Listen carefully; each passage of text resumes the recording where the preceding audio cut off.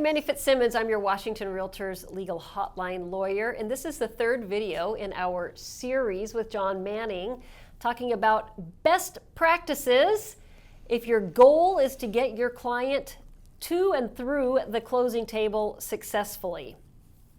So John, we talked about your relationship with the broker on the other side of the transaction in the first video. We talked about your relationship with the buyer in the last video. I'd like to incorporate the 4 pillars that you have introduced to us in this video series and apply those to your relationship with sellers. And of course, we are in a crazy, chaotic market where there are far fewer sellers than buyers, right? Mm-hmm. So I expect that if a property is well priced, the seller is likely to receive multiple offers. So John, incorporating your 4 pillars and advising your seller, when you're looking at these multiple offers, I hear brokers tell me that the things that they know are, they'll create these charts of the most important items. And so I'm assuming that means that really all that matters to a seller is the price, the closing date, and whether there's an inspection contingency. Right. Is that it? No, absolutely not. This is a great question, Annie. There are inputs that are not measured in the forms. A perfect example is the quality of a buyer's financing capability. Can a buyer truly perform on the contract that they're writing? The pages of the contract themselves tell you what you are executing on, but they don't tell you how likely it is on their own that the buyer is going to close. And so, the inputs like the truthfulness of the representations that the buyer is making are supremely important. How much preparation work has been done by the lender before this buyer actually made an offer. Those are very, very important, and those can't be measured by a spreadsheet that compares, expiration dates and prices and closing dates and so on. Of course, that's important too. So, like for example, buyer tells you that they're going to get a loan with 20% down, meaning that they've got to bring $100,000 to the closing table. Does the buyer really have that $100,000? Exactly, or worse. Sometimes we receive offers that have no financing contingency at all in them. And sometimes, you love this, Annie, we receive offers that have no financing contingency and no 22EF, proof of funds. So we're supposed to trust that this person is going to magically have read paragraph A of the purchase and sale agreement and know that they're supposed to have the money in the bank in cash, and we're supposed to trust all of that without anything more. So these are things that are very, very important, and this is another example of where the negotiation really starts well before the signing of an offer, or even the negotiation of an offer, because that information gathering, for example, when I'm listing a property and I have multiple offers, before I will ever select an offer based on the technical terms, I will have talked to the lenders for each of the prospective buyers, unless they're so far down the list that it's not going to count. Because you'll find out the darndest things when you ask questions like, does this buyer have all of their funds in cash in the bank? Well, yeah. Okay, are they in stock funds? Yeah, Amazon stock. Oh, okay, so they're not in the bank in cash. And that might mean something to your seller. Yeah. Right? Well, and also picking up on what you had said, there can be enormous consequences to both the seller and the buyer if the buyer's broker hasn't written the offer honestly, right? If the buyer and buyer broker blow right through Form 21 paragraph A, which is the paragraph that makes the boilerplate representation that buyer is not relying on a contingent source of funds unless otherwise disclosed herein. They don't include the Form 22EF that you identified. They don't include a financing contingency, yet they're relying on going out and getting financing. That creates enormous liabilities for the buyer and the seller. Maybe that buyer even includes one of my least favorite provisions, and that's this non-refundable whatever. I hate to call it non-refundable earnest money because that's such an artificial title, but whatever you want to call it, non-refundable whatever, meaning that if the buyer can't close, then it's gone, or maybe it's even released to seller in advance. So buyer, are you really going to lose that money? What is the consequence of losing that money? How sure are you that you're going to get this financing? You haven't disclosed to the seller that you are relying on financing. So is losing that earnest money really the extent of your liability? And there's so many tentacles that come off of a transaction that's not properly written from the buyer broker's perspective as you, as a listing broker reviewing it, right? Yeah. And one of the things that you had mentioned in one of our previous videos, John, is that that brokers have to have a mastery of the forms. And I suspect as a listing broker, it's as important that you have a mastery of the forms so that when you're reviewing an offer, you know what's missing, right? You know that if you get that offer with no 22EF and no 22A, and a buyer's going to pay $1 million and they haven't given you a proof of funds. Yeah. Let's talk about the difference in price and terms, right? Exactly. And oftentimes it's not because there's a fundamental impossibility of agreement, it's that it hasn't actually been worked on collaboratively. And so if somebody presumes that a seller wants to, if a buyer's broker presumes and persuades their buyer that sellers only want to see offers with no financing contingency. Let's say that somebody presumes that and doesn't actually test that assertion. How much money do you think that they might be leaving on the table for their buyer? And then if they take action on behalf of a buyer that perhaps isn't as competitive as they might be, then in that particular instance, you've got a situation where you could easily end up being accused of misleading. Why on earth did you write an offer with no financing contingency when your buyer could do nothing other than gamble their earnest money if it goes wrong?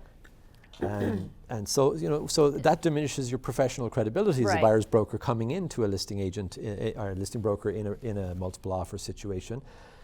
If I have to go researching whether you're telling the truth in the written document you have presented, it doesn't exactly start the contract negotiation on a good note, on a high note. Right.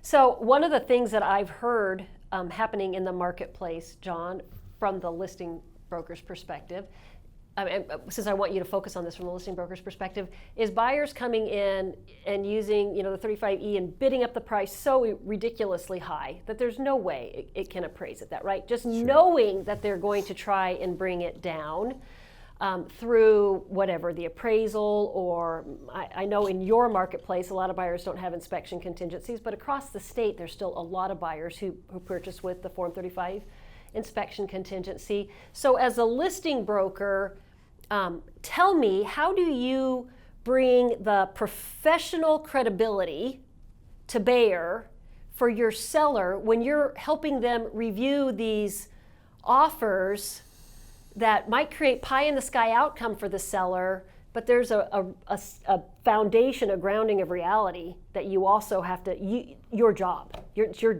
as their listing broker to help them understand that. Tell me a little bit about that. Well, I think financing is the best place to start. It truly is the underpinning of the offer. At the end of the day, the price is offered, but it's like everything else. It can't be an I'll pay you Tuesday for a hamburger today type of an offer. It has to be, I'll give you this much money and you give me the hamburger right now. And so when we're presented with an offer, we're speaking to the lender and we're attempting to cut away at every perceived risk that might be inherent in that offer. So we're asking questions, are the funds, have you, not every lender, you've actually made a great video, Annie, about how not every lender is quality. And so we want to find out, are we dealing with a quality lender? Did they just fire off a pre-qualification letter without more, or did they truly, have they a complete file? Have they verified this person's reserves, if reserves are needed? Are all the funds accounted for in the United States? Are they in cash, or are they all in Bitcoin, right? Yeah. Finding these things out and then relaying them back to the CEO of the project, the seller in this case, when you represent the seller, you're giving them the ability to now not only appreciate you as a broker, which is very nice, but also you're giving them the ability to realize they're not just like, here's 4 columns in a spreadsheet, pick one column. They're getting a sense of risk. Right. And it can affect the price, actually, because a person might be willing to accept an offer, a seller might be willing to accept an offer that's lower priced, but with lower risk, than higher priced with higher risk. So that is when we talk about this video series being one that you're going to use these 4 pillars to actually get your client to and through the closing table, that's what we're talking about, right? Yes. It doesn't help your seller to accept an offer at $1 million if they only offer, if they can't close it at $1 million, Exactly. right? They don't get anything from accepting an offer at $1 million. They get something if they can close an offer at maybe $850, right? Something like that. Yeah. So John, I understand working with sellers, and I know that you and I could both go off on this discussion for hours. Probably it wouldn't be very productive to the people who are listening. Before we spend any more time talking about how you deal with the sellers, I'd like to know, when a listing broker, there's so much, right, in these 100+ forms, there's so much more that the listing broker can know than the seller could possibly know. Is it okay for the listing broker to make assertions on behalf of the seller, for example? I would say no, absolutely and utterly no. And actually, can I just air a pet peeve?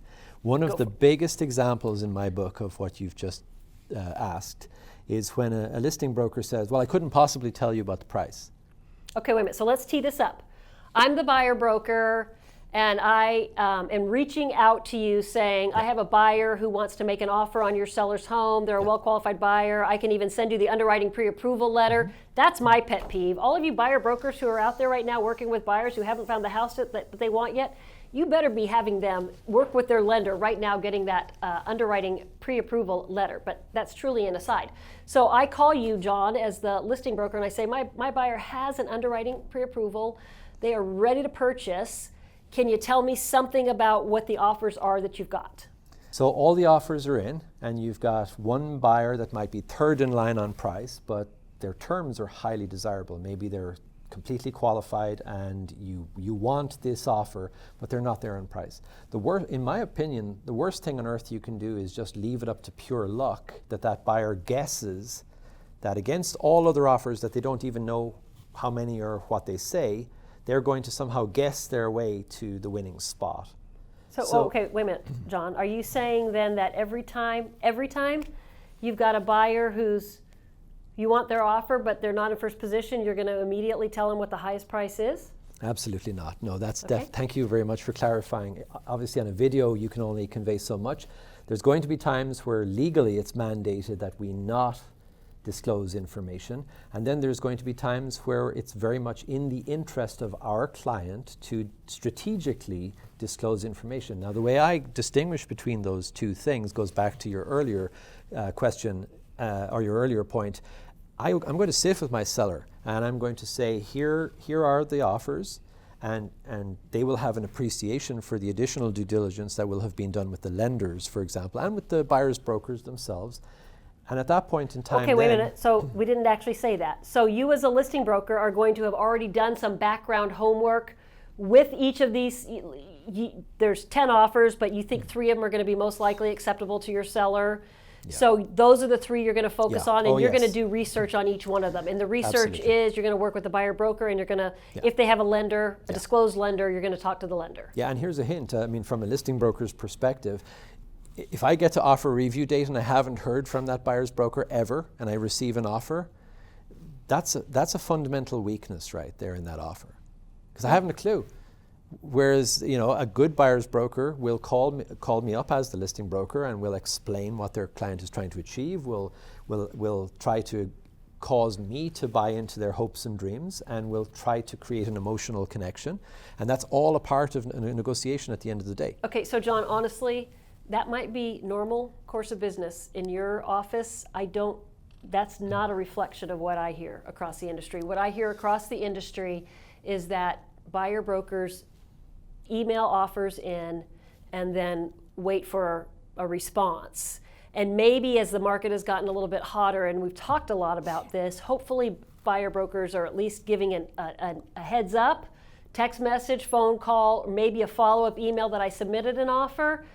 But are you saying that as a listing broker, you expect to have a conversation, that buyer broker is initiating a conversation with you as a listing broker before their offer is reviewed? Yeah, and I'll respectfully disagree with you. Okay. You know, we realtors, we're a humble bunch, so we don't brag a lot. So we're having these conversations, and you just don't know about it. Okay, good. No, I'm really, glad to truly, hear that. buyers brokers. I think buyers brokers, especially in the current market, are the hardest working people out there. Maybe second only to the folks on the front lines with COVID, but they are working so hard, and transactions are so elusive. And we do see people picking up the phone as a general rule. We do, and it can fundamentally alter the course of a transaction because we're human. I think I had asked you, as a listing broker, should you be making decisions then on behalf of the seller, right? No, and thank you for bringing me back on track. The question of disclosing price was the example, right? And I'm going to sit down with my seller and I'm going to talk them through the pros and cons. Look, here's where we are. This is the hand of cards we're dealt. We can now swap out cards. We can do a certain amount within the game we're playing. But we have decisions we have to make now. And so here are the risks, here are the rewards. And what's the most acceptable to you? Here's my recommendation. Of course, I'm not infallible either. But here's my recommendation. And I would recommend a seller that we actually go to this third in line, great terms, but they're not there in price, and we simply say to them, look, we have a competing offer at $600,000, you're at $575,000. If I send you over the competing offer right now, this instant, will you counter, or even better, if I counter you right now, along with the competing offer, will you come up to the mark? Whether or not you have an escalation is a whole other story. It doesn't matter. I can counter back. Well, so wait a minute. As your seller, that makes sense to me. Is there any downside to doing it that way? It really depends on the situation. Of course, there's the downside in the sense that you might drive away that buyer, right? So if you only had one buyer to choose from, you might assess that risk reward, or your seller more appropriately might, with your guidance, assess that risk reward differently. But when you have multiple offers, you're strategically figuring out, okay, I've got, let's say, 3 offers. This one is at the bottom of the ladder, so to speak, and this one is at the top. So you're going to obviously treat the one at the top with kid gloves. But they don't necessarily need it. The highest price offer is not necessarily at the highest rung of the ladder. Okay. You know. So what you're saying is that a listing broker should never, without first consulting their seller, say to a buyer broker, I couldn't possibly tell you the highest price. No, and let me give you a real life example. I took buyers out recently I was the buyer's broker in this instance, but it's relative to, it's germane to the listing broker conversation. Took buyers out. We had just discovered this particular listing. By the time we saw it, the listing broker already had an offer in hand. And they needed to consider that offer by 9 p.m. It was 6 p.m. It was the first day of the listing, and the review period was being disregarded, essentially. So I said, okay, I have an extremely qualified buyer. These are the terms in terms of their financing. This is who their lender is. This is the work that we have done. They are pre-underwritten, et cetera, et cetera, et cetera. You tell me what we need to beat right now. Send me over the competing offer, and I will write you a clean PSA with the highest and best, taking into account what you need, and then we're done. They wouldn't do it. Oh no, I could never tell you the price. And so they lost a better offer than we were willing to make. All right. We did a video one time called Monkey See, Monkey Do, and it sounds a lot like listing brokers. You got to make decisions with your seller on a case-by-case basis, right? You can't carry over one practice that you saw another listing broker do just because it seemed right in that scenario. So let's call it for this video, and then pick up next week with a little role play. How does that sound? Sounds good. I like that idea too. All right, if you have questions on this video or any other, send an email to me, legalhotline@warealtor.org. Thank you for being a Washington REALTORS member.